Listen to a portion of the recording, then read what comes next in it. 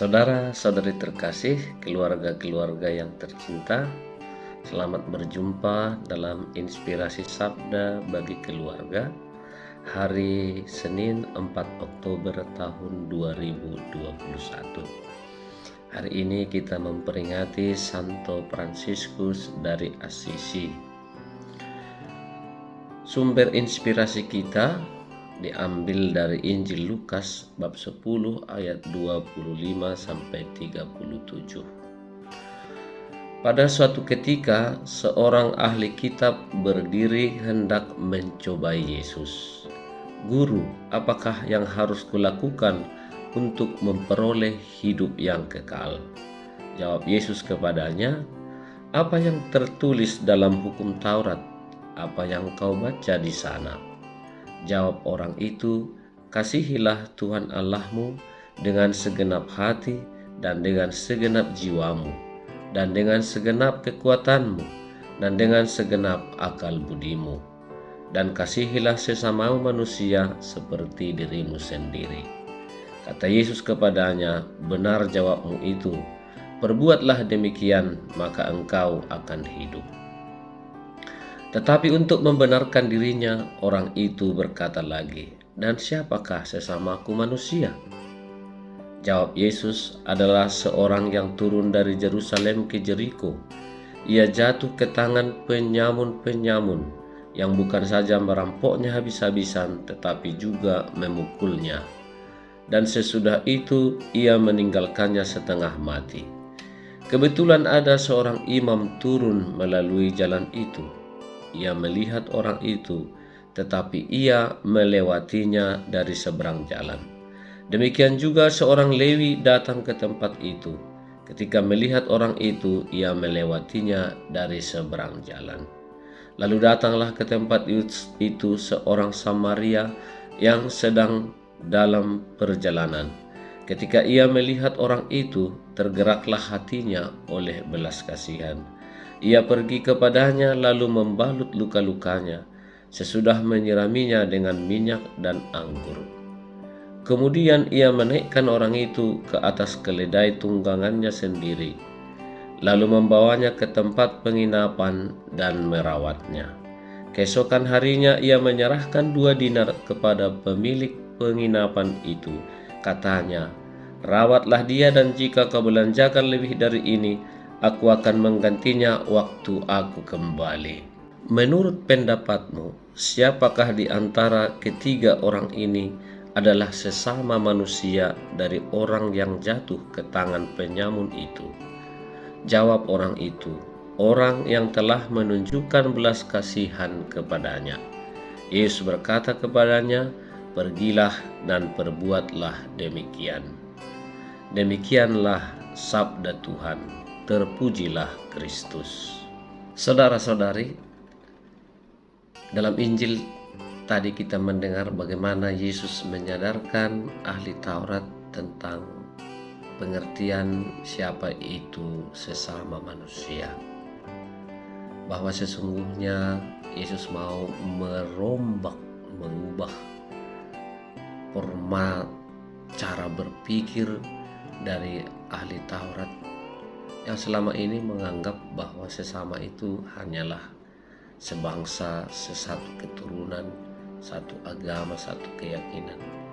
Orang-orang kafir, orang-orang jahat, orang-orang yang tidak mengenal Tuhan, mereka itu bukan sesama.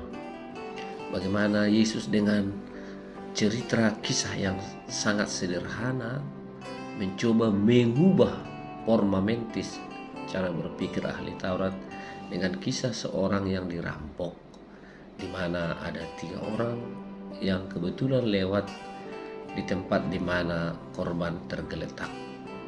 Seorang imam dan seorang Lewi lewat dari tempat itu, tapi mereka tidak mau membantu. Kemudian lewat seorang Samaria yang menolong, membantu, mengobatkan, dan akhirnya memberi juga bantuan berupa materi bagi penyembuhannya. Siapakah sesama dari antara ketiga itu bagi orang yang dirampok itu? Ahli Taurat itu begitu juga pintar tidak mau langsung menyebut identitas orang Samaria, tetapi orang yang menolong yang dirampok tersebut.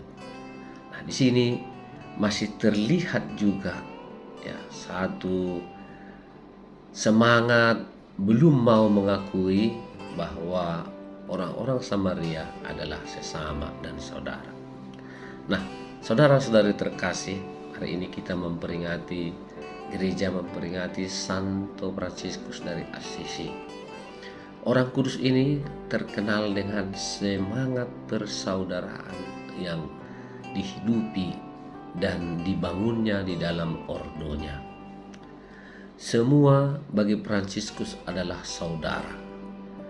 Manusia, alam ciptaan, semua yang ada di dunia ini adalah saudara dan saudari. Saudara matahari, saudari bulan, saudari air, dan saudara-saudari terkasih. Hari ini kita disegarkan lagi oleh sabda Tuhan, di mana kita diajak untuk mencintai sebanyak mungkin orang dalam hidup kita. Tema yang mau diangkat adalah bahwa semua orang adalah sesama kita. Kita adalah bersaudara di dalam Tuhan. Masalah ini, konflik tentang siapakah sesama itu, terus-menerus menjadi bagian dari pengalaman hidup manusia. Sukuisme, fanatisme keagamaan, dan juga ya kelompok-kelompok terus menjadi bagian dari pergulatan hidup manusia antara saya dan kamu, kita dan mereka.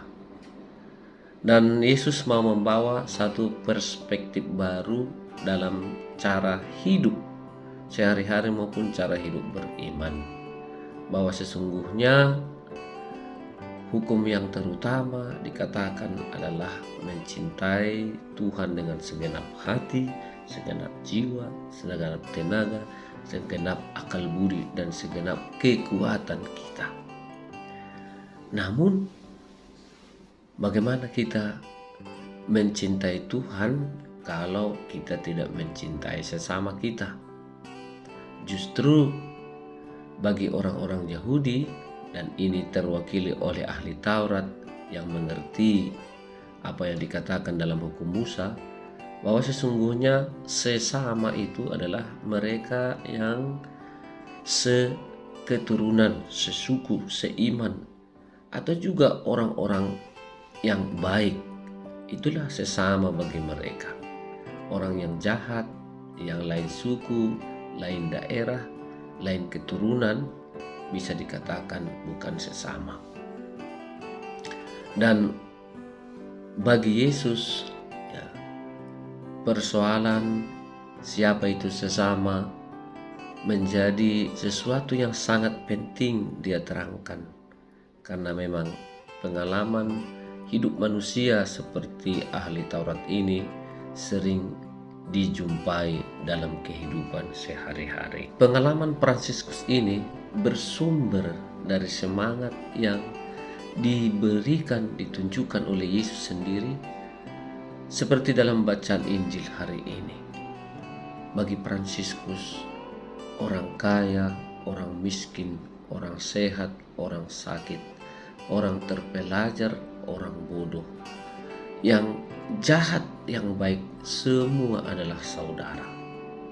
Dan karena itu hidupnya selalu dipenuhi oleh damai dan kebaikan.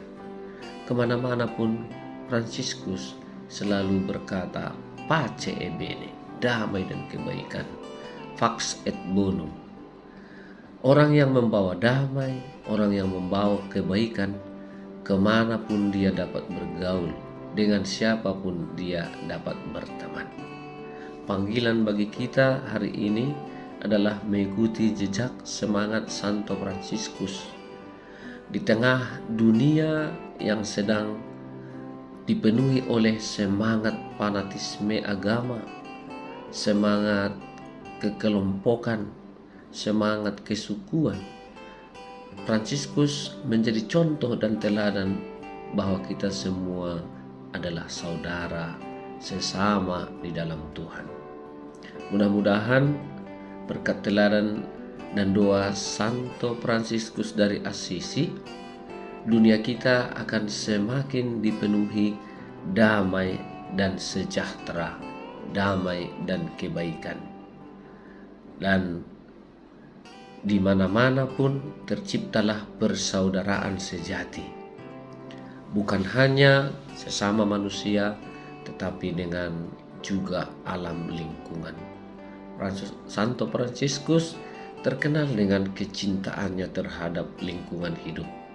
Marilah kita coba teladani, kita tiru semangat Fransiskus itu dengan mencintai alam lingkungan kita, mencintai sekitar kita, dengan menjaga kebersihan, menetapkan juga protokol kesehatan di masa pandemi ini supaya kita semakin sehat dan dapat hidup bahagia.